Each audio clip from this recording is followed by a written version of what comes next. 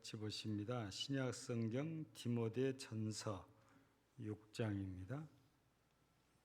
신약 성경 디모데 전서 6장 1절에서 10절까지입니다.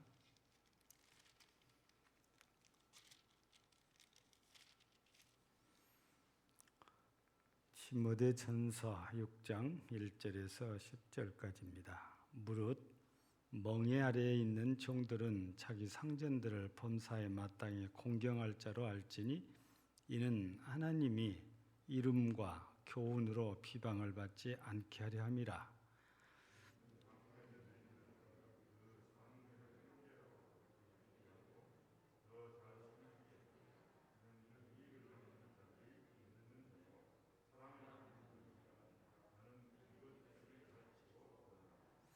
누구든지 다른 교훈을 하며 바른 말, 곧 우리 주 예수 그리스도의 말씀과 경건에 관한 교훈을 따르지 아니하면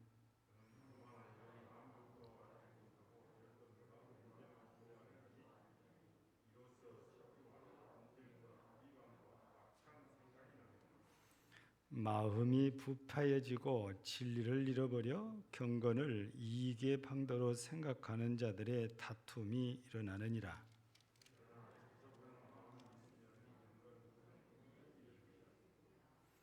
우리가 세상에 아무것도 가지고 온 것이 없음에 또한 아무것도 가지고 가지 못하리니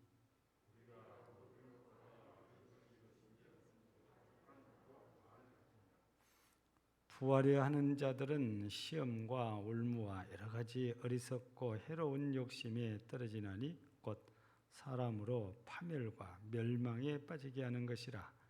돈을 사랑함이 일만하게 뿌리가 되나니 이것을 탐내는 자들은 미혹을 받아 믿음에서 떠나 많은 근심으로써 자기를 찔렀도다. 아멘. 자, 디모데 전서 6장에 소개되는 여러 말씀들 있는데 1절, 2절은 상전에 대한 얘기가 이렇게 소개되어지고 3절 이하에서부터서는 경건에 초점이 맞춰서 말씀이 이렇게 쭉 주어졌는데 중간에 이렇게 말씀 보면 이제 이 8절에 우리가 먹을 것과 입을 것이 있은즉 족한 줄로 알 것이라.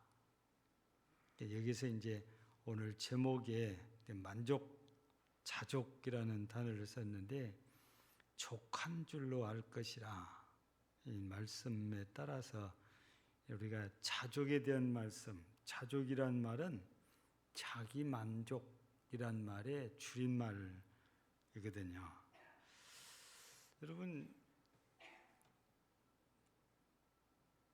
여러분들 중에 자신의 삶에 만족하신 분이 계십니까? 예. 오전에 예배 드릴 때에 성철이라는 아주 유명한 승려 얘기를 해드렸잖아요.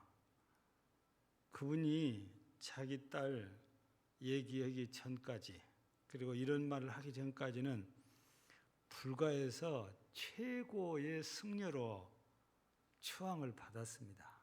그리고 국민들도 그분을 그렇게 존경했어요. 근데 그의 유언을 듣고 보니까 그는 자기 삶이 전혀 만족스럽지 못했어요.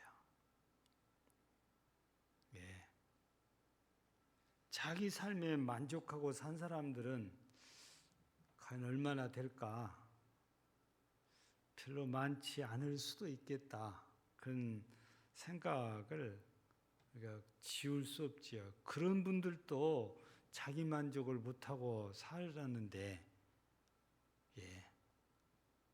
보통 사람들이야, 하기야, 우리가 이렇게 가만히 세상을 들여다보면, 우리 생각에는 높은 권력, 큰 권력을 얻고, 또 많은 재산을 가지고, 명예를 얻으면 이 사람은 만족할 것 같은데, 근데 실제 개인적으로 따져보면 만족하지를 못한다는 거지요.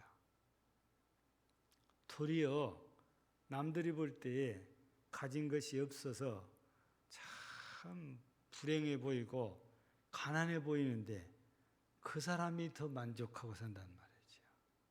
여러분, 아무것도 없는 사람들은요, 그날 하루 식사만 거르지 않으면 만족한 사람들이 있어요. 더 이상 뭘 바라질 않아요. 왜 그러냐면 다른 것들은 다 포기해낼 수가 있는데 먹고 사는 문제는 포기해서 될 일이 아니에요.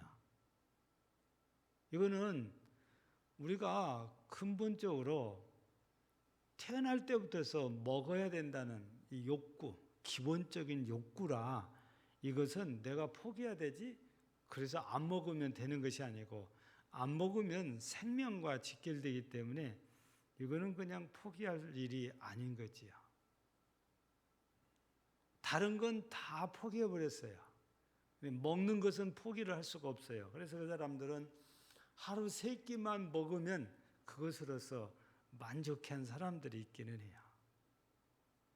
근데 만족한 사람들을 우리가 다른 말로 바꾸면 행복 지수라고 하는데 진짜 행복한 사람들은 이해가 안 될 정도로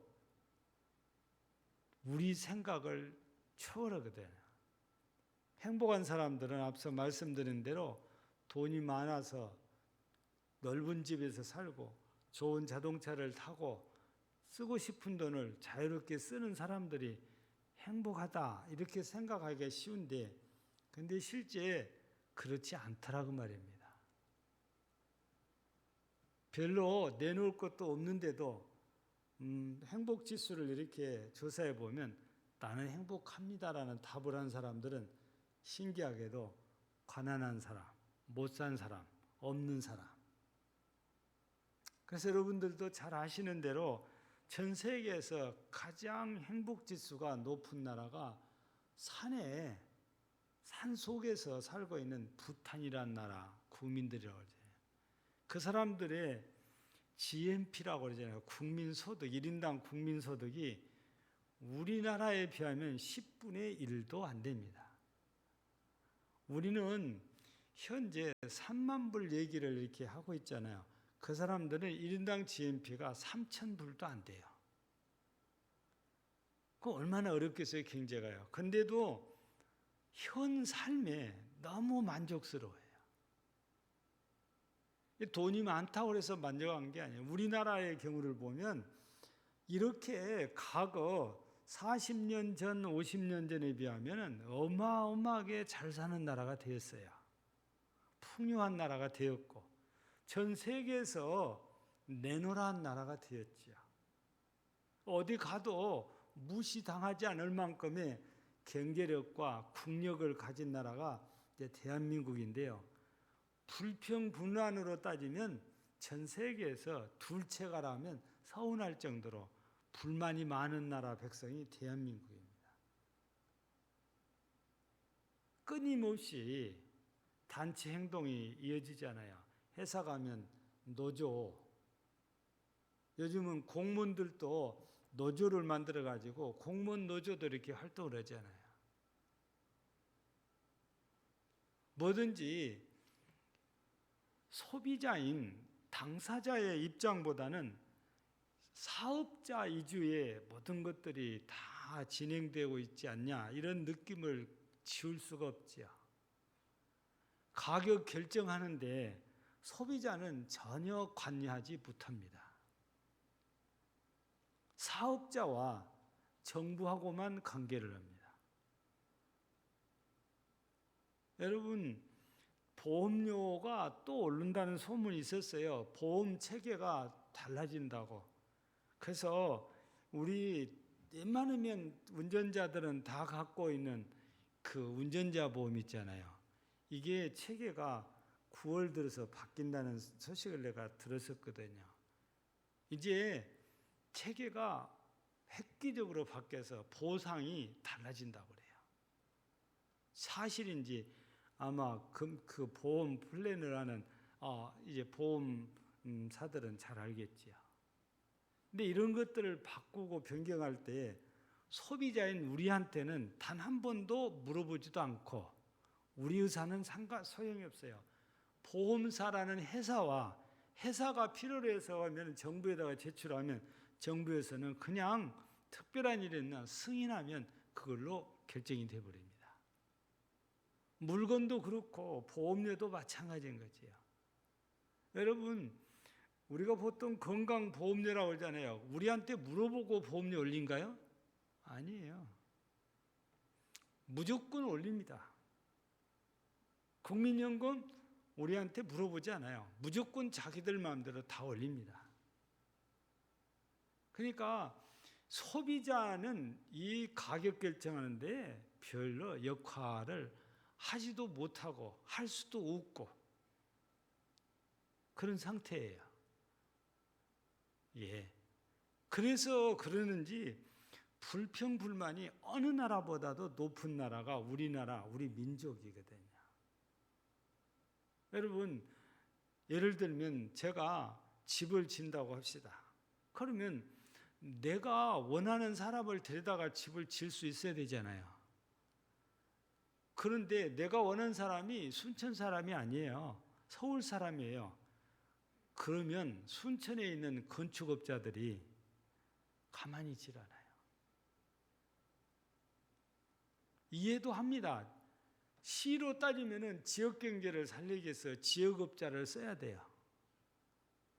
근데 내 개인적으로 생각하면 그 사람을 데려다가 집을 지어야 경제적으로 이익이에요. 많이 봐주니까. 그리고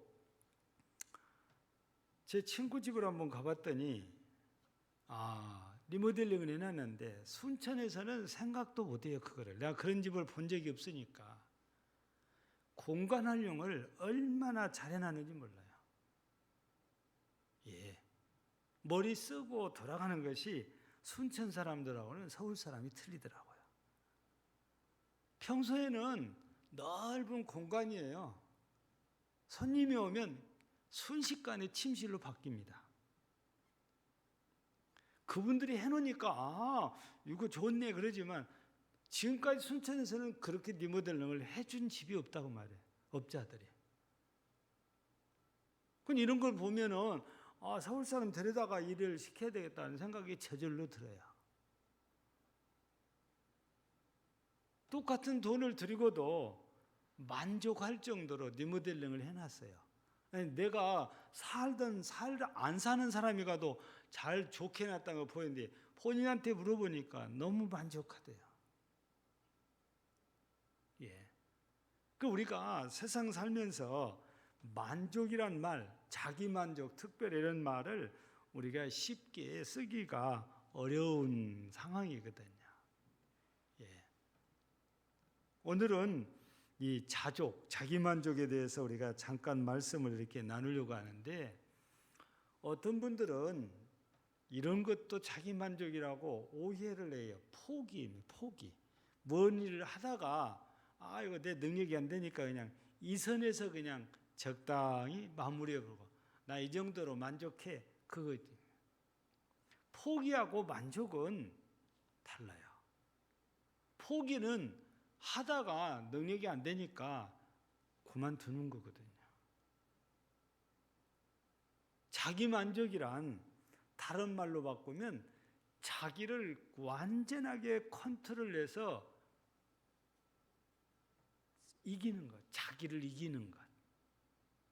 그게 자기 만족이라고 할 수 있는 거거든요. 근데 포기했다면 자기를 컨트롤 못하는 거죠. 끝까지 못 갔으니까. 그래서 자기 만족이란 말은 그냥 우리가 자주 이렇게 사용할 수도 있고 들을 수도 있지만 그 성경적인 의미에서 볼 때는 자기 자신을 이기는 것이 자기 만족이다. 이렇게 말씀을 드릴 수 있는 거죠. 그러면 우리가 자기 만족을 하려면 어떻게 해야 되나? 몇 가지를 살펴보면 첫째는 자기 자신을 잘 알아야 됩니다. 그렇지 않으면 자기 만족이란 어려워요. 우리 사람은 아담 이후에 모두가 죄성을 가지고 태어나서 산다고 그러잖아요. 그런데 그 죄가 어디서부터 출발하냐면 야고보서 1장 15절을 통해서 보면 욕심에서부터 출발을 해요. 우리 창세기로 돌아가서 한번 보세요. 3장에 보면 에덴 동산 얘기가 나옵니다. 에덴 동산에 아담과 하와가 사는데 그때만 해도 죄가 들어오지 않은 때잖아요. 욕심을 낼 필요도 없고, 왜냐하면 아무것도 부족한 것이 없으니까. 그런데도 불구하고 뱀이 하와에게 와서 하나님처럼 될 수 있다는 얘기를 하니까 거기에 귀가 번쩍하고 눈이 번쩍해요. 그래서 선악과를 따먹는 거예요. 아담도 성경에 보면은 절대 안 돼 그런 것이 아니고 그냥 하와가 얘기하니까 못 이긴 채고 그냥 먹어요. 왜? 눈도 밝아진다고 그러죠. 하나님처럼 높아질 수 있다고 그러죠. 그건 무슨 의미입니까? 욕심이 있었다는 얘기예요. 욕심이 생겼다 그 말이에요. 근데 우리는 그 상태가 아니고 이미 죄성이 내 속에 기본적으로 깔려있는 상태면 모든 것들이 어떨 때 쉽게 생겨나는 것이 욕심이라고 말이죠. 좋은 거 보면 탐나고 욕심나요. 갖고 싶어요. 그 우리는 자기 만족을 하기가 더 어려운 형편에 있다, 이런 말씀이거든요. 이런 우리 자신을 제대로 이해하지 못하면, 인식하지 못하면 우리는 자기 만족 절대로 할 수 없어요. 자족할 수 없다, 그런 말씀이거든요. 우리는 그래서 우리 자신을 정확하게 알아야 되는 거지. 또 다른 하나는 내 자신을 알아야 되는 것처럼 하나님도 제대로 알아야 돼요.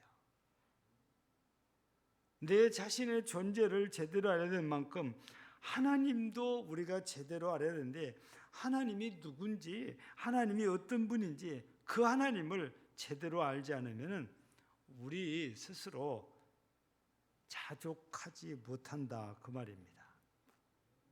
여러분, 하나님은 천지 만물을 창조하신 분입니다. 전지전능하신 분입니다. 그리고 그 하나님은 우리의 생사화복을 주관하시는 그런 분이십니다. 그런데 그분을 따돌리고 나 혼자 살면서 만족할 수 있다, 자족할 수 있다, 그렇지 못하다고 말입니다. 우리가 자족하려면 하나님이 나를 섭리하고 계셔서 나를 인도하시고 내게 주신 만큼의 감사할 줄 알아야 자족하는 거지. 그게 안 되면 절대 자족 못하는 거예요. 자기 만족이 안 된다고 말입니다. 여러분, 하나님을 제대로 알고 자기를 제대로 알면요, 앞서 말씀드린 대로 남들이 볼 때에 이해가 안 되는데도 만족하고 살아요. 여러분, 우리 이 복음 찬양 가사도 꽤 많이 이렇게 써서 우리에게 알려진 송정미라는 사람 알지요? 그분은 뇌성마비 환자입니다. 하나님을 알지 못했을 때는요, 정말 불행했어요. 하나님을 알고 나서는 사람이 달라져요. 자기 만족이에요. 하나님이 내 인생을 이렇게 만들어놨다면 나는 여기에서 감사하고 사는 거예요. 그러다 보니까 이 복음 찬양의 가사를 쓰는데 보통 사람은 생각지도 못한 은혜로운 언어가 나오기 시작을 해요. 여러분, 자족하지 못하면 절대 그렇게 하나님 찬양 못합니다. 자족하니까 그게 가능해져요. 왜 다윗이 그렇게 은혜로운 찬양을 많이 할 수 있었냐? 하나님의 은혜를 알고 자족하니까 그래요. 예. 자족하지 못하면 아무도 그렇게 못해요. 하나님을 알고 나면 자족이 가능해진다고 말해요. 나를 알고 하나님을 제대로 알면 그 사람은 자족할 수 있는 은혜를 입은 사람이라 할 수 있거든요. 그래서 하나님께서 주신 만큼으로 우리는 만족해야 한다면 얼마든지 자족할 수 있어요. 또 하나는 하나님과 나와의 관계입니다. 하나님이 내게 어떤 분인지를 안다면 우리 자족할 수 있습니다. 여러분, 이 부분에 대해서 설명하기가 좋은 것이 어디냐면 우리 신약성경 누가복음 15장을 보면 탕자의 비유가 나오잖아요. 두 아들이 나옵니다.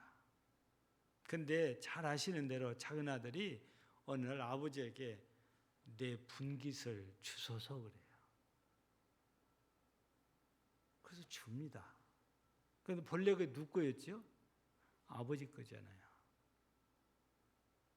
근데 아버지가 살아있는데도 자기 분깃이라고 하면서 달라고 그래요.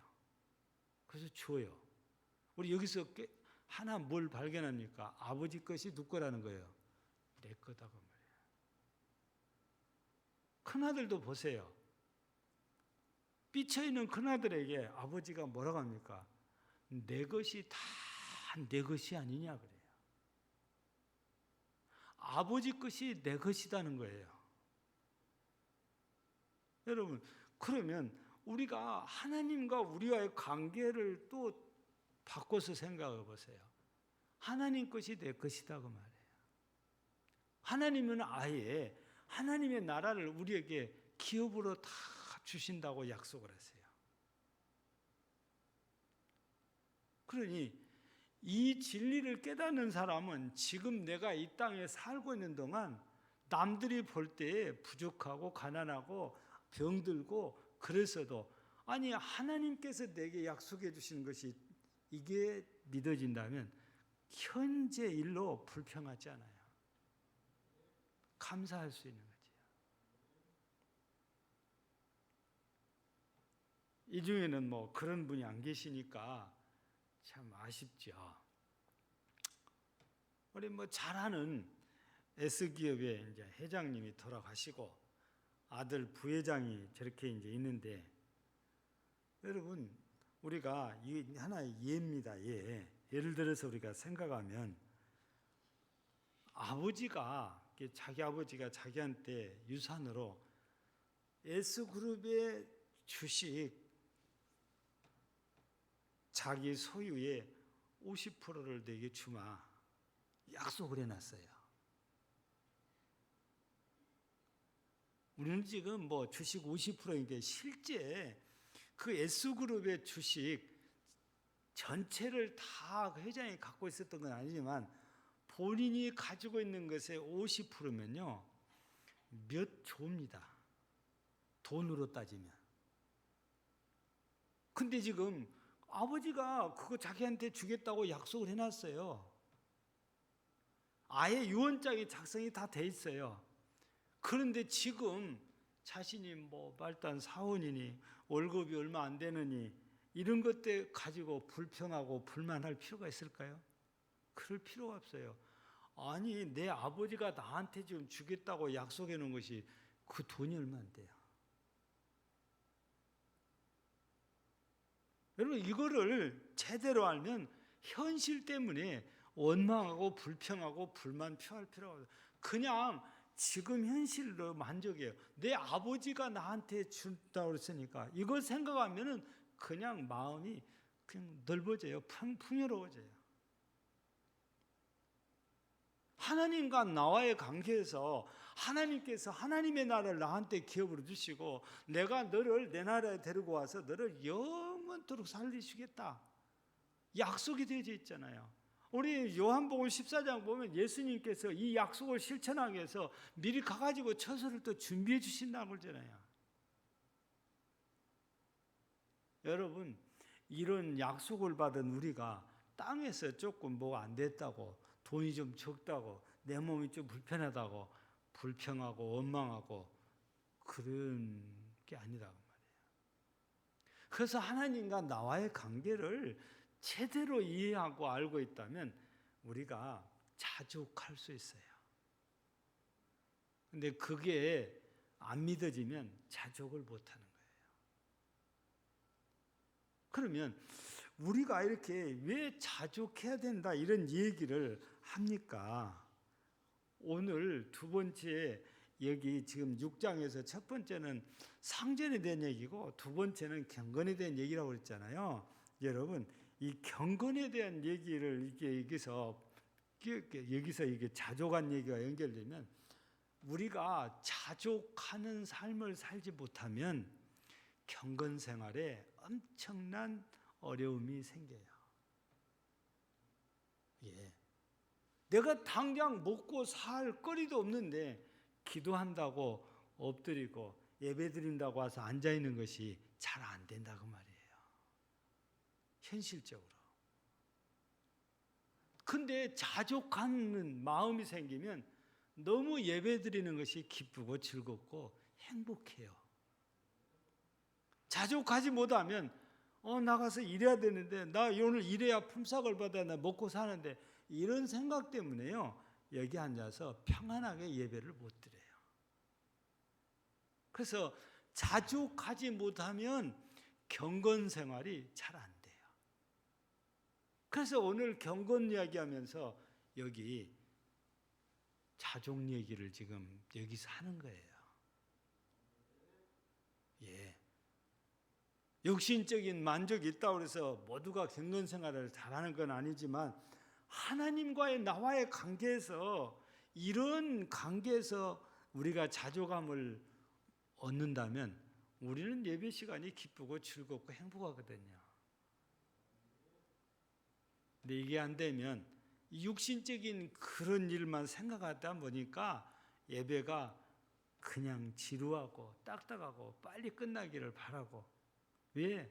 빨리 가서 일해야 되니까. 빨리 가서 돈 벌어야 되니까.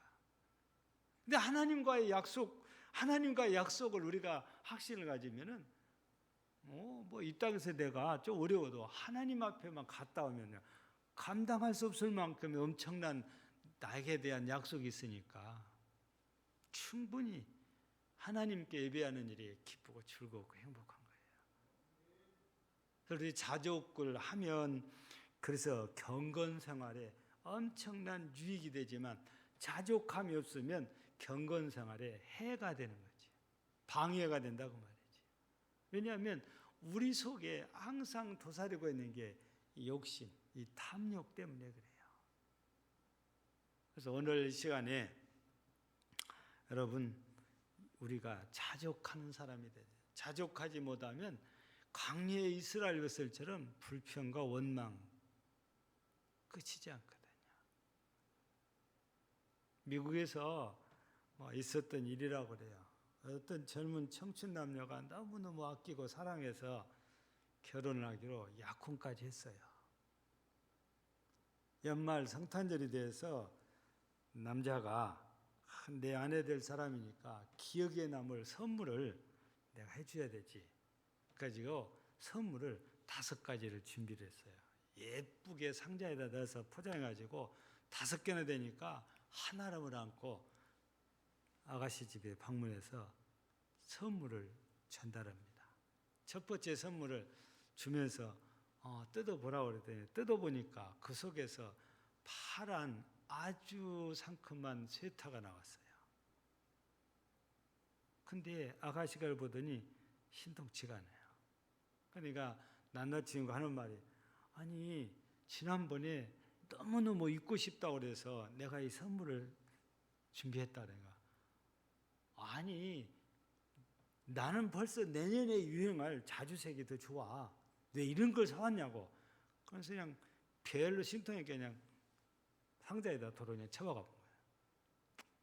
그래서 남자가 2번째 상자를 주면서 아마 이건 마음에 들 거야.